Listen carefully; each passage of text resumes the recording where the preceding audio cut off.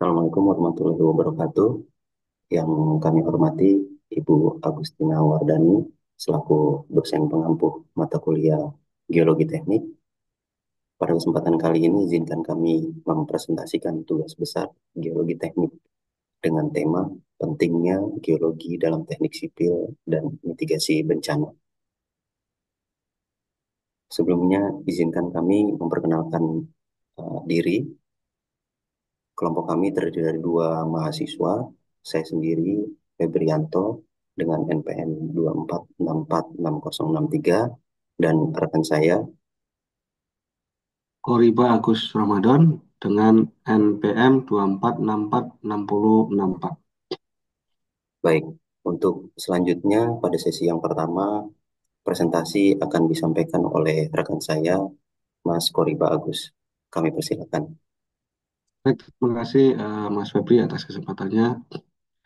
Eh, kita langsung ke inti materi. Mengapa geologi teknik itu penting?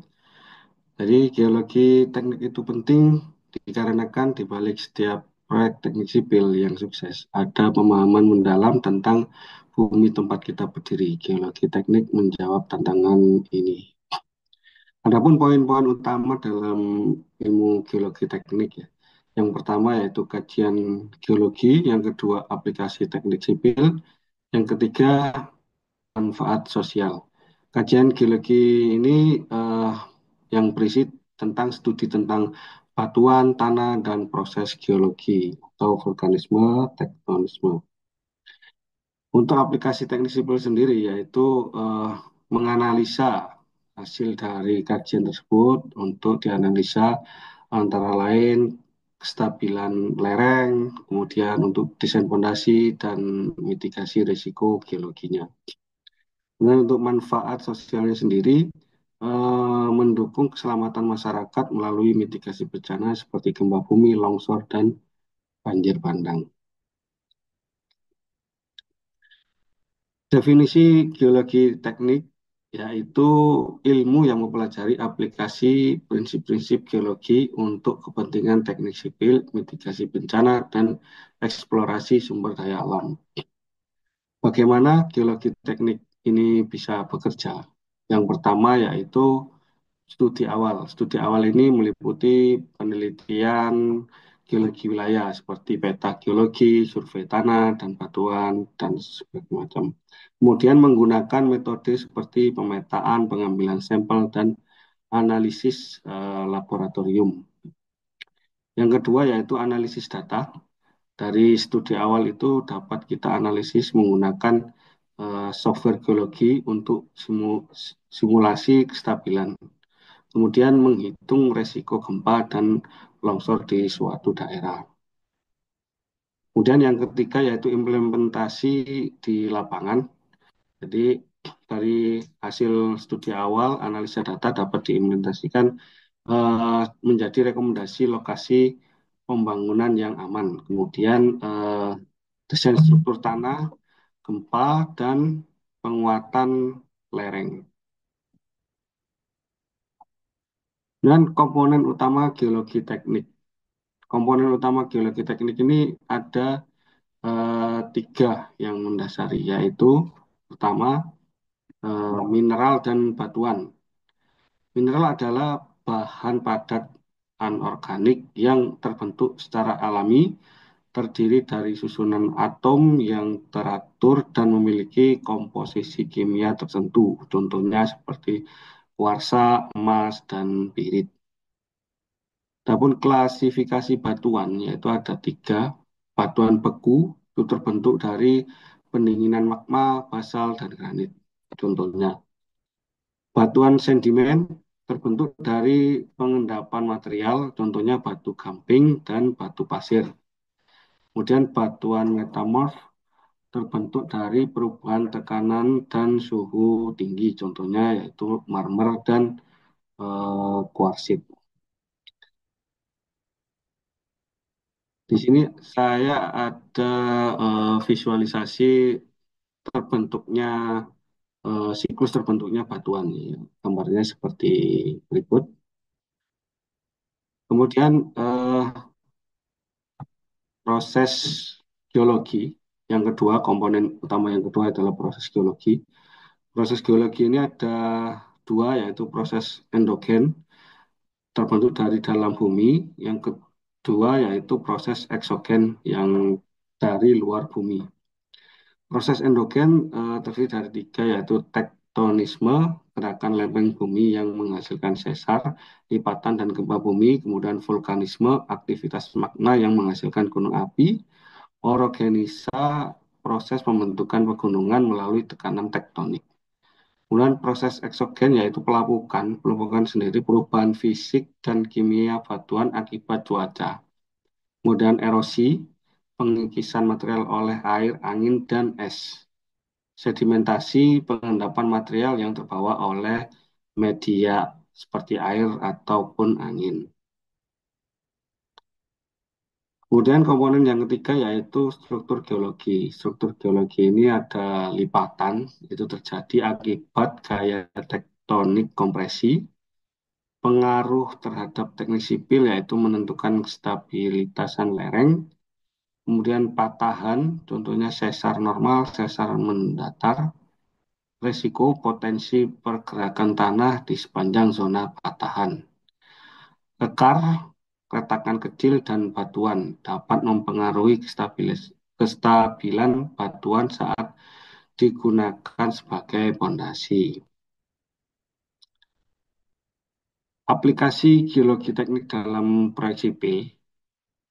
Jadi apa yang terjadi jika pondasi bendungan tidak diperiksa secara menyeluruh atau jika jalan dibangun tanpa mempertimbangkan kestabilan lereng.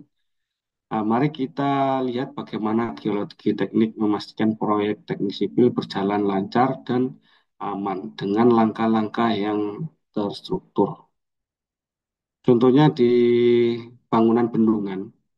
Bangunan bendungan ini yang perlu dilakukan yaitu menganalisis kestabilan lereng dan permeabilitas tanah agar bendungan tetap aman. Jadi mitigasi risikonya bisa dari gempa dengan desain tahan gempa eh, apabila lokasi bendungan tersebut dibangun di daerah zona yang gempa lebih dari dua. Kemudian jalan dan jembatan, studi kestabilan lereng di daerah pegunungan diperlukan, kemudian pengujian daya dukung tanah untuk memastikan kekuatan fondasi jembatan dan jalan tersebut.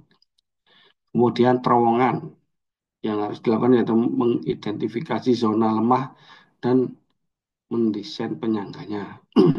Kemudian dilakukan eh, investigasi untuk sistem drainase agar mencegah terjadinya banjir di terowongan tersebut.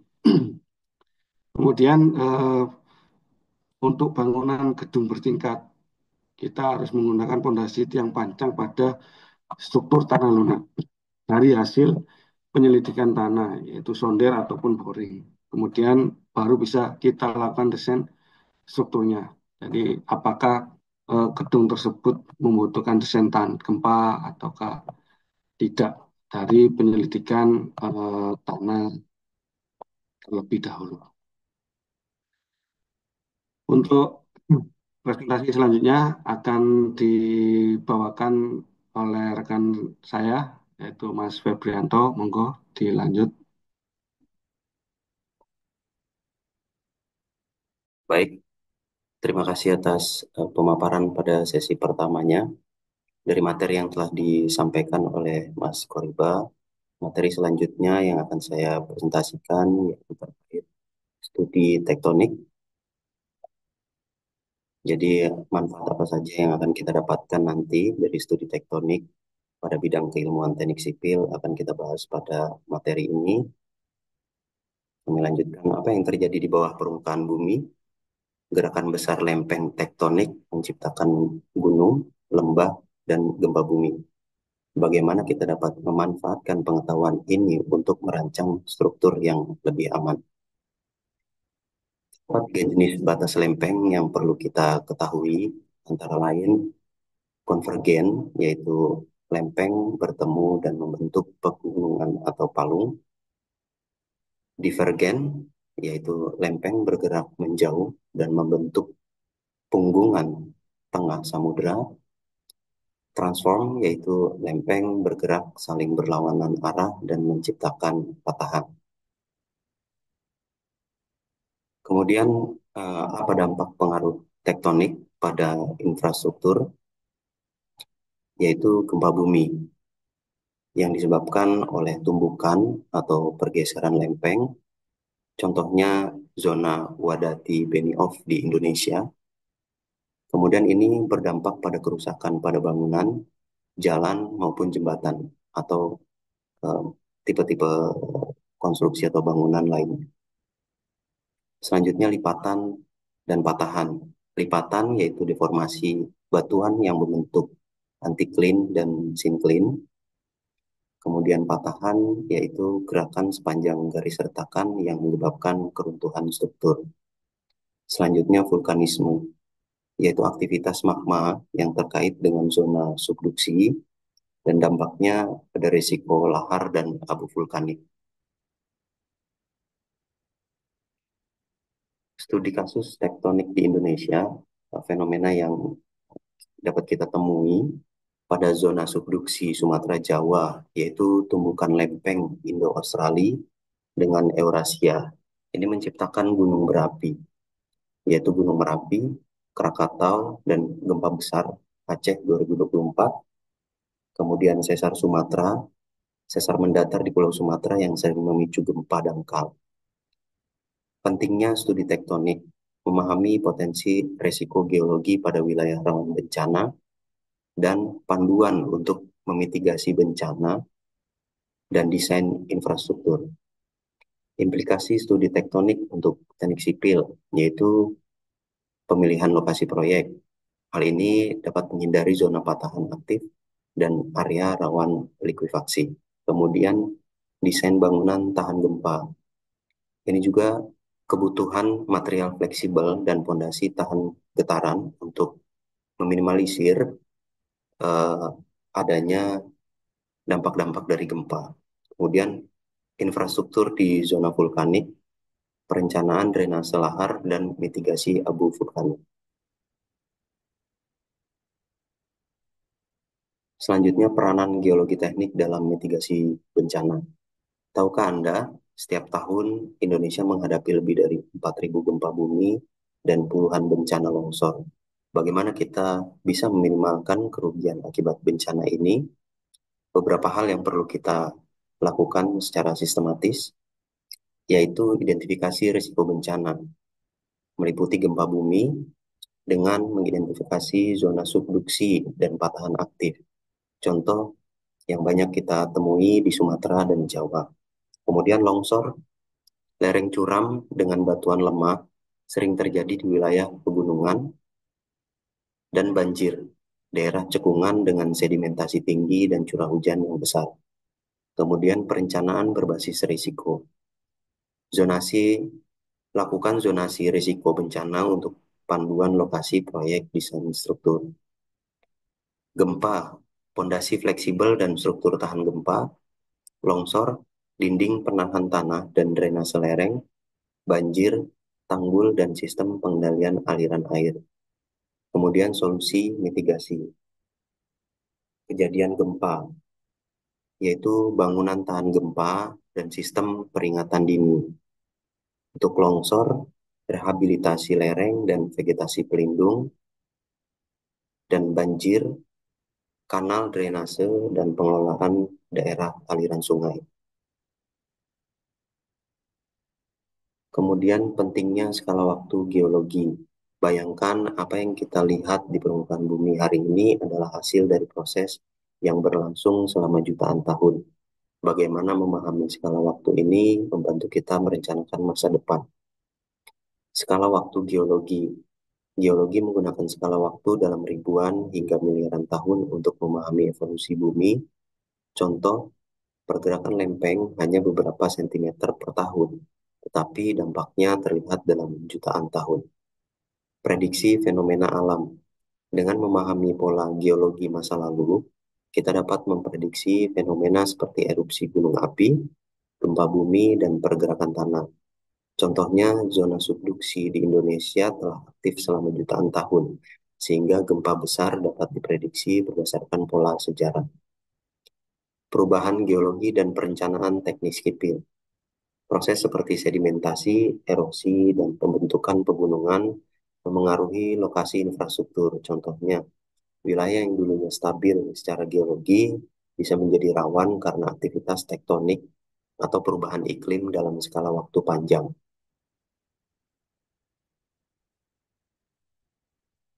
Kesimpulan dari materi yang kami sampaikan di sini, yang pertama, geologi teknik adalah dasar perencanaan infrastruktur yang aman, kemudian memahami dinamika bumi, ini dapat mencegah kegagalan konstruksi dengan melalui mitigasi risiko. Kemudian yang terakhir, aplikasi geologi mendukung pembangunan berkelanjutan. Demikian presentasi yang dapat kami sampaikan. Sebelum kami akhiri, izinkan kami berpantun. Inilah ilmu geologi teknik, menata bumi penuh logik. Belajar tekun, janganlah panik untuk masa depan yang lebih baik. Batu di gunung kokoh berdiri, ilmu digali dengan hati-hati.